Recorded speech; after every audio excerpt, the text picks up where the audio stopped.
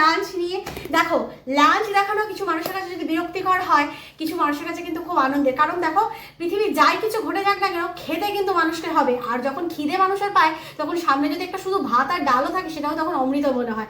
যাও রাগ হতে পারে আমার এই কথাটার জন্য, কিন্তু সত্যি খুব মানে ভালো লাগে লাঞ্চ খেতে। মানে লাঞ্চ খেতে মানে খেতে আর কি ভালো লাগে, লাঞ্চ খেতে না। আর একটা সাথে যেটা আজকে আমাদের রয়েছে, সেটা হলো আমাদের একটা ভীষণ একটা আনন্দের সময় চলে এসছে আজকে। মানে আমি মোটামুটি ভীষণ হ্যাপি রয়েছি। কেন হ্যাপি রয়েছি, এর পরের ব্লগ থেকে তোমরা অবশ্যই জানতে পারবে কেন হ্যাপি আমরা। তো চলো আগে লাঞ্চটা শেয়ার করে দিই।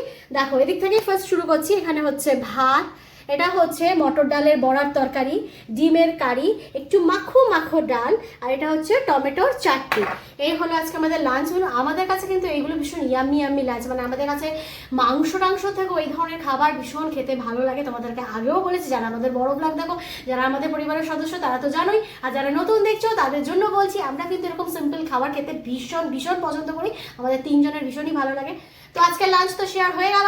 এরপর থেকে কি চমক আসছে, কি ব্লগ আসছে, সেটা তোমরা অবশ্যই দেখতে পাবে। তো চলো আজকের মতো টাটা, নেক্সট ডেতে তোমাদের সাথে দেখা হচ্ছে। টাটা।